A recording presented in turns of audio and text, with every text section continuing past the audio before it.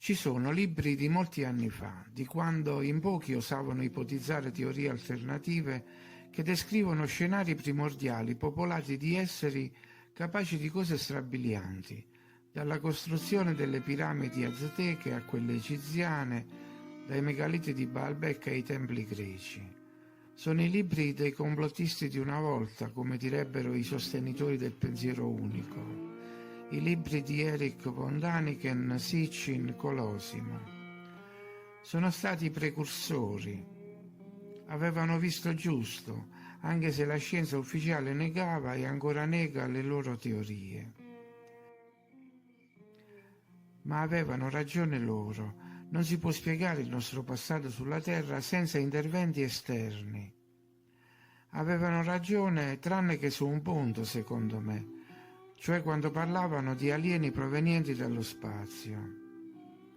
Questa era la loro spiegazione: alieni venuti da altri pianeti, da Nibiru, dalla cintura di Orione, astronavi in orbita lunare, eccetera.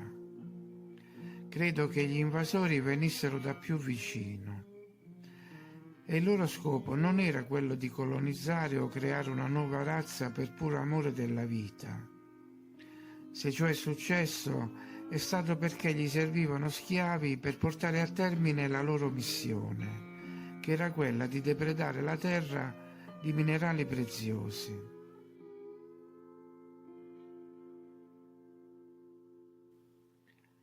Il loro scopo era quello di scavare ed estrarre i minerali che gli occorrevano e di cui la terra doveva essere molto ricca, visti gli sconvolgimenti sulla crosta.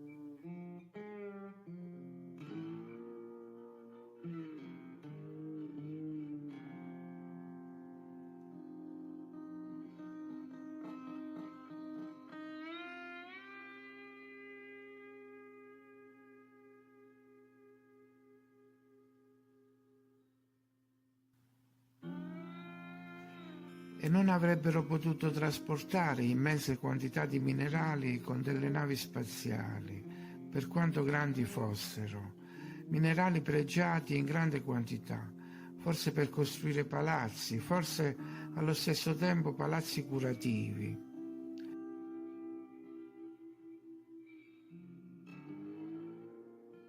Immaginate palazzi con questi colori, da far impallidire la moschea blu o il tempio d'oro.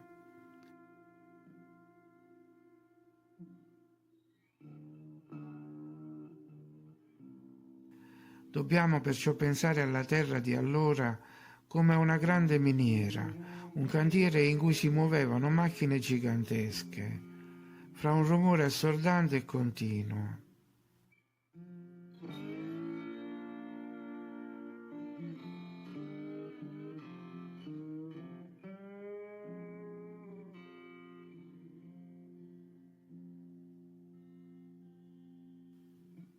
Infatti di questo parlano le montagne e le pietre non fanno confusione come gli esperti o gli storici.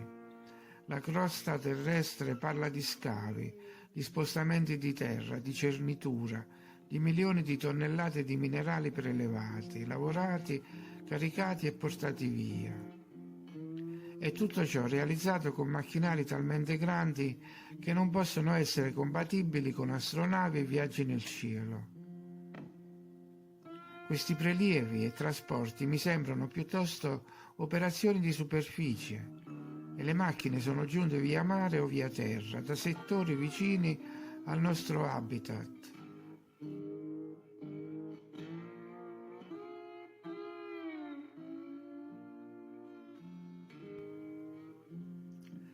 E con quegli stessi macchinari, col loro equipaggiamento da minatori d'eccezione, tagliavano anche blocchi e assemblavano mura, scavavano grotte, innalzavano templi e modellavano statue.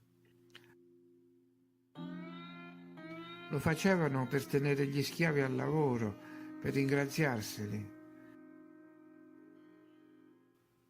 Creavano insediamenti per raggrupparli e religioni per spaventarli, plagiarli, comandarli. A questo servono le religioni, ancora oggi è così. E poi ci sono stati gli invasori minori, ibridi che si muovevano al seguito su strade aperte dalle macchine.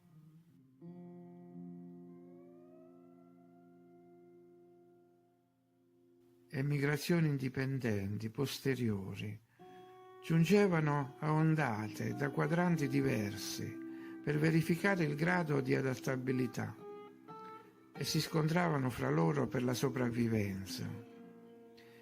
I minotauri sono scomparsi, come pure i centauri e le sirene.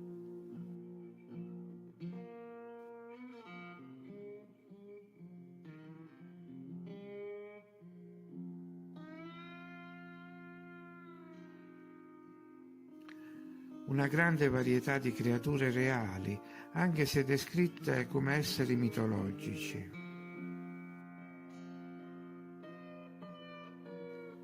Serpenti piumati,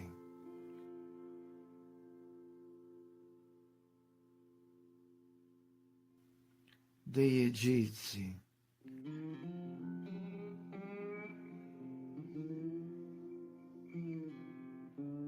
satiri con le corna,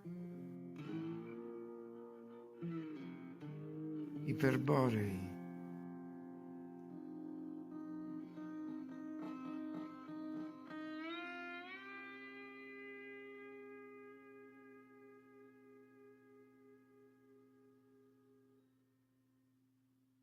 arpie e tanti altri.